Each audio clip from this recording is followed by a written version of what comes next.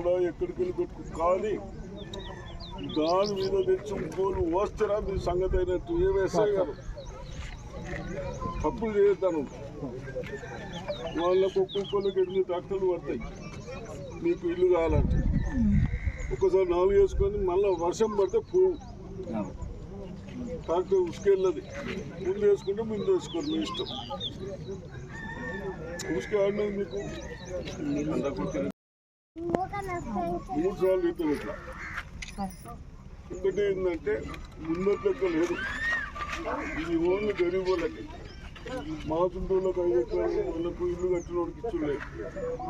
లేకనే ఇట్లా స్ట్రిక్ట్గా పెట్టినాం ఇంకా మీరు బేసిన్కి వేస్తేనే ఇల్లు వస్తాయి బిల్లు అంతే రాడు బాబు తెలుసు అట్లా చేసినాం ఇప్పుడు ఇల్లు కట్టుకుంటే వాళ్ళకి లేపుతాం ఇంతకుముందు లేపేది కదా అట్లా వేయకుండా ఇట్లా గరీబ్ వాళ్ళకి వచ్చినట్టు చూసుకో ఇంకోటి మీకు డాక్టర్ల సంఘాలలో ఉన్నారు కదా మీరు అందరు అందులోకి వెళ్ళి పైసలు ఇవ్వని చెప్పినాం వినిపిస్తావా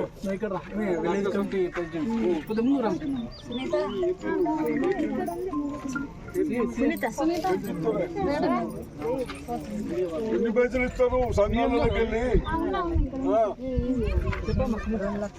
వాళ్ళకు ఎన్ని అంటే వీళ్ళకు మీరు మాట్లాడుకొని ఇస్తారు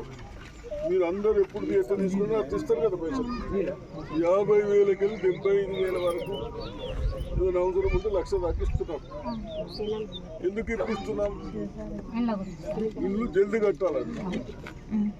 బిల్లు కూడా జల్దీ వస్తాయి దేశంలో లేకుండా 1,00,000 ఇస్తారట ఎంత ఇల్లు చెప్పు చెప్పు టోటల్ 5 లక్షలది ఇది అమ్మ ఇల్లు ఇందిరమ్మ ఇల్లు అనేది